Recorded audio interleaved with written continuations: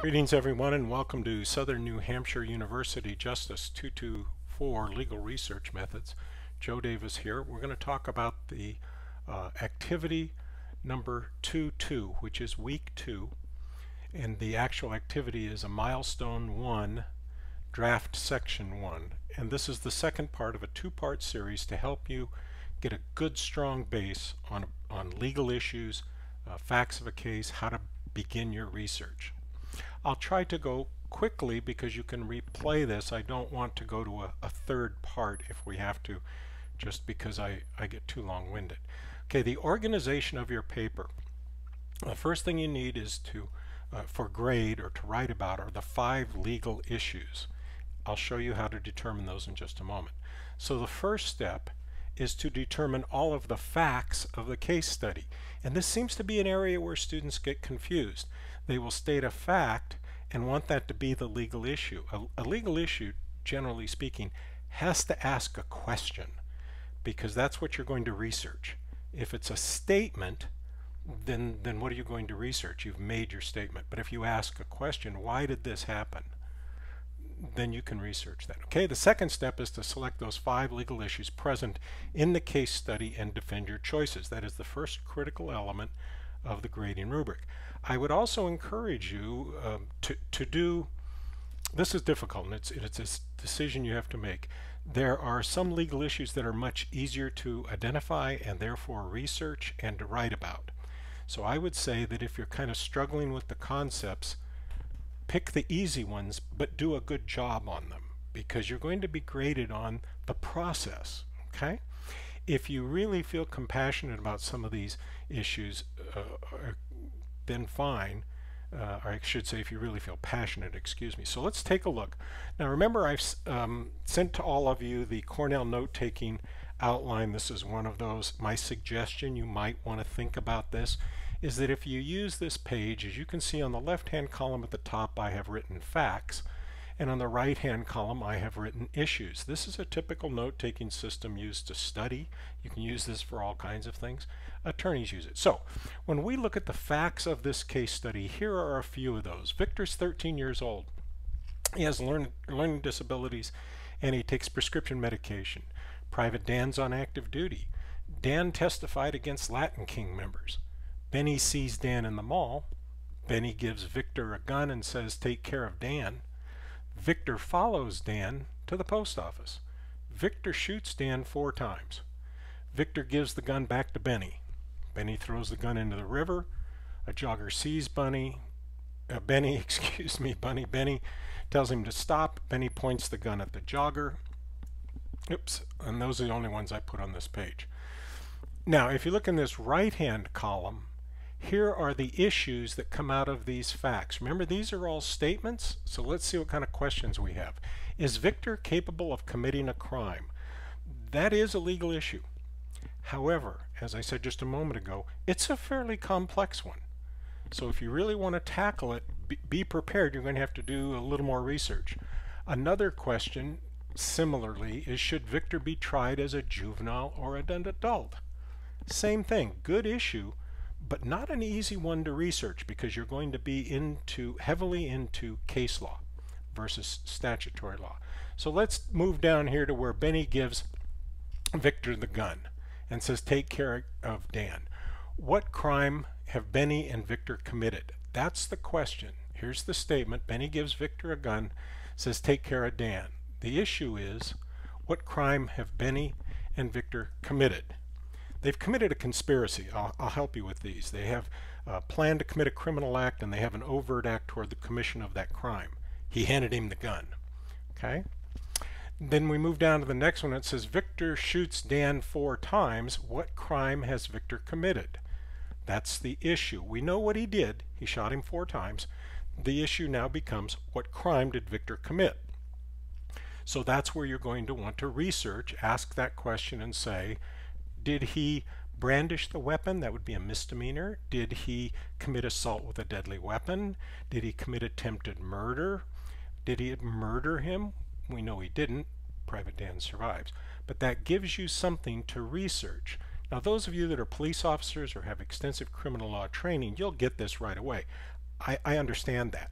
for those of you that don't, this is a toughie. This is where you got to stop and think about the issues. Okay, Benny throws the gun into the river. What crime has Benny committed? There are probably multiple ones, but bottom line, he has committed another crime when he did that.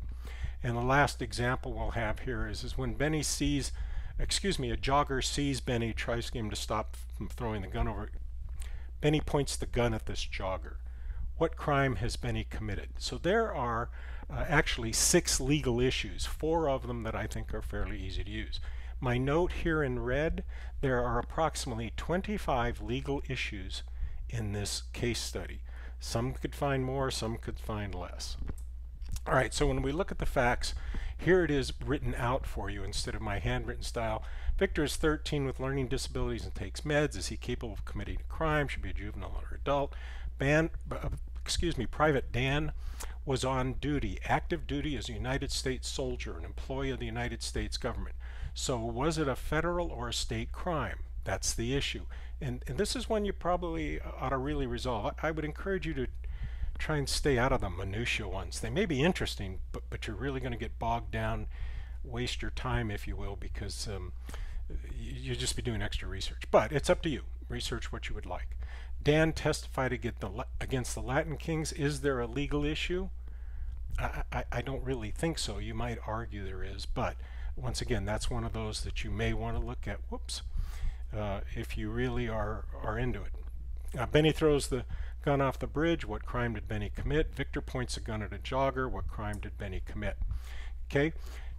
Now you've got your 5 legal issues written down. You have to determine what research method and why you're going to use that method. Okay. The method you're going to use will be determined by the legal issue. You're all probably going to use the internet. Probably none of you will actually visit the law library. If you do, that's great. So you're going to want to put that in your answer, that you're going to use the internet to access and then whatever it is. A secondary source. That's where if you need to learn more about the issue. So let's go back to Benny shoots Dan 4 times. As I said, a police officer is going to say your crime's attempted murder. Got it. Or they're going to say it's assault with a deadly weapon. Got it. Either one of those answers are correct. The more correct answer is attempted murder. But at this point, you wouldn't need to look up anything more.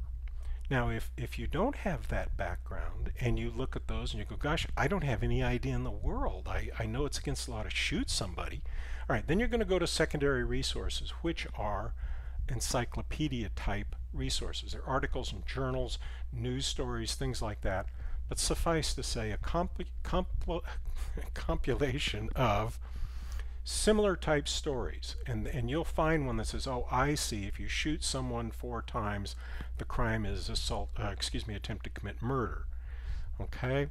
It will also then give you a link to where you can find the statutory law, which is our next item, the primary source.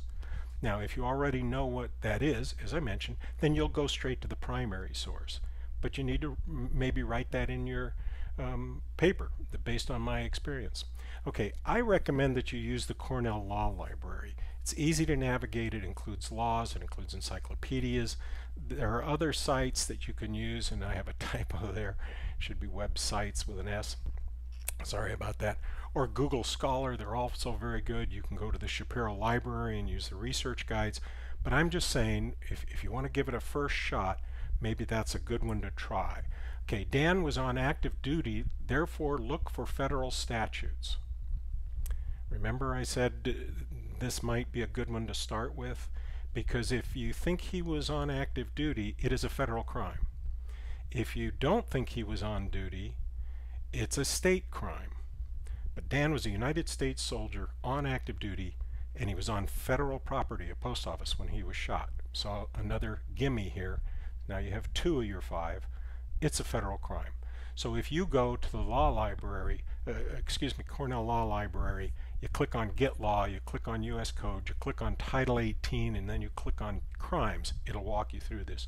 You'll find that 18 U.S. Code Section 114 is the protection of officers' employees, and it will define shooting someone. Okay, next you need to know what a controlling law is, and it's a difference between the laws of 2 or more jurisdictions with some connection to a case. such that the outcome depends on which jurisdiction's law will be used to resolve it. Conflicting law rules may come from the U.S., federal, and state. So it's what I just talked about. The controlling law in this first legal issue is federal law, and it's that section we just quoted. Okay? Here is a sample legal issue answer that might be appropriate. I would begin by researching attempted homicide at a federal level. Victor's motive was to, quote, take care of Private Dan. The fact that he shot him 4 times establishes intent to murder Private Dan. The research methods I will use to locate the law will be to use the internet and the Cornell Law Library. I will research the federal statutes which are found in the United States Code. I will research the subject index for attempted homicide. Researching the federal statute will be effective because it is a primary source and will give me direct information regarding the particular law that was broken. Oops, I think I went, yep, well, I was on a roll right up to here. There we go. Continue, oh, I was in the right place. The last part of your answer, continuing, is controlling law is a difference between the laws of 2 or more jurisdictions with some connection to a case, such that the outcome depends on which jurisdiction's law will be used to resolve each issue in dispute. The conflicting legal rules may come from blah, blah, blah, blah, blah. Last sentence. Based on this definition, the controlling law is found in the United States Code. Okay, I hope that helps you all. Keep the cards and letters coming. Please use the general questions to ask questions, and I'll get back to you just as quickly as I can.